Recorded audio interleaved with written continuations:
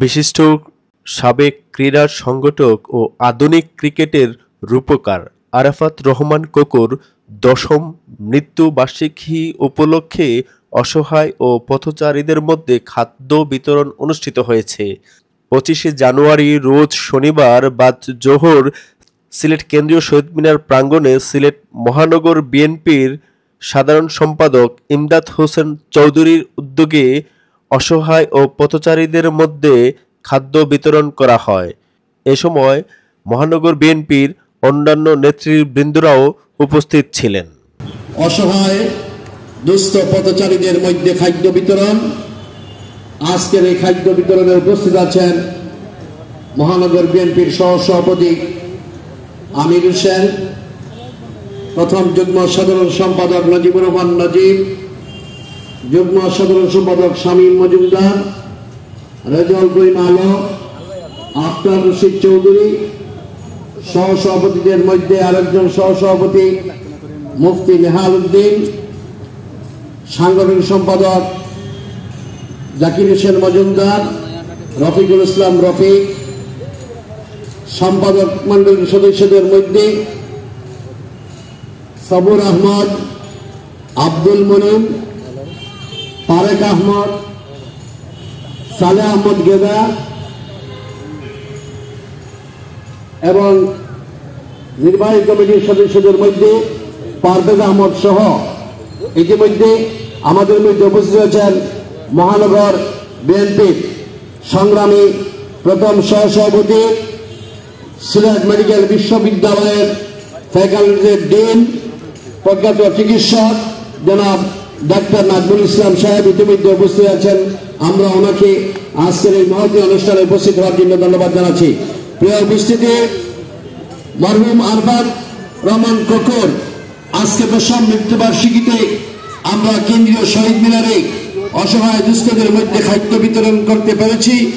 এটা একমাত্র কারণে এদেশের জুলাই আগস্টের আন্দোলনে ছাত্র জনতা এবং বাংলাদেশ জাতীয়তাবাদী দলের প্রতিটি নেতা কর্মীর যারা নিহত হয়েছে তাদের রক্তের বিনিময়ে আমরা এই ফ্যাসিবাদী সরকারের পতন ঘটিয়েছি বিদায় আজকে আরাফাত রহমান কোকোর এখানে আমরা খাদ্য বিতরণ করতে পারছি তার মৃত্যুবার্ষিকীতে, নতুবা আমরা এখানে করতে পারতাম না।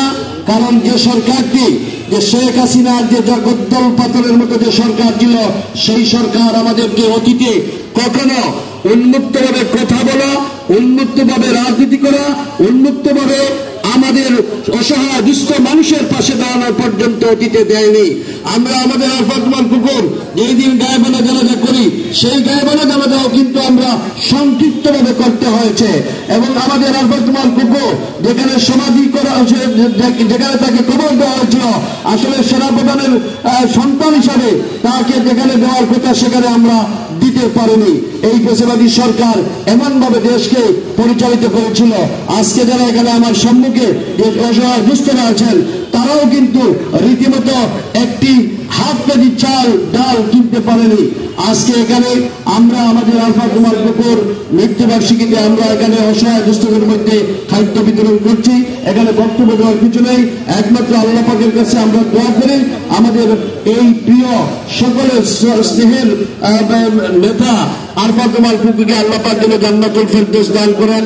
আমরা দোয়া করি আমাদের পার্টির প্রতিষ্ঠাতা মরহুম শহীদ প্রেসিডেন্ট জিয়া রহমানকে আল্লাহ পাক যেন জান্নাতুল ফেরদৌস দান করেন এবং আমাদের দেশ মাতা বেগম খালেদা জিয়া দ্রুততম সময়ের মধ্যে সুস্থ হয়ে যেন দেশে ফিরে এসে আমাদের বাংলাদেশের 11 কোটি মানুষের হৃদয়ে যেভাবে আছেন ঠিক তেমনি ভাবে যেন আরো দীর্ঘদিন থেকে দেশের মানুষের খেদমত করতে পারেন।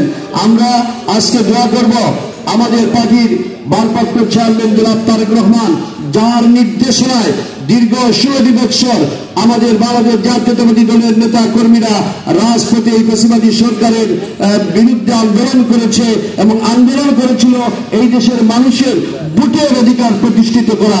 কারণ ভোটের অধিকার যতক্ষণ পর্যন্ত প্রতিষ্ঠিত হবে না ততক্ষণ পর্যন্ত কিন্তু গণতন্ত্র প্রতিষ্ঠিত হবে না, ততক্ষণ বিচার বিভাগ স্বাধীন হবে না, আইনের শাসন প্রতিষ্ঠিত হবে না, মানুষের কথা বলার অধিকার প্রতিষ্ঠিত হবে না, মানুষের যে চিকিৎসা সেবা সেটা প্রতিষ্ঠিত হবে না। এই জন্যই আমরা সর্বদাই ভোটের জন্য লড়াই করছি। এই ভোটের লড়াই এখন পর্যন্ত শেষ হয়নি। যতক্ষণ না এই অন্তর্বর্তীকালীন সরকার একটি অবাধ এবং সুষ্ঠু নির্বাচনের পরিবেশ সৃষ্টি করে মানুষের মতামত প্রকাশ করার সুযোগ না আসবে, ততক্ষণ পর্যন্ত গণতন্ত্র পুনঃপ্রতিষ্ঠিত হবে না। আজকে এই অনুষ্ঠান থেকে অন্তর্বর্তীকালীন সরকারের প্রতি উদারতা আহ্বান জানাবো, নির্বাচন প্রক্রিয়াকে ত্বরান্বিত করে নির্বাচনের প্রক্রিয়া যে সমস্ত সংস্কার করা প্রয়োজন সেই সমস্ত সংস্কার করে অনতি বিলম্বে এই দেশের মানুষের মনের আকাঙ্ক্ষা, যে আকাঙ্ক্ষার জন্য দীর্ঘ 15-16 বছর আমরা আন্দোলন সংগ্রাম করেছি, জনগণ ভোট দিতে যায়নি, এই বিগত ফ্যাসিস্ট সরকারকে প্রত্যাখ্যান করেছিল।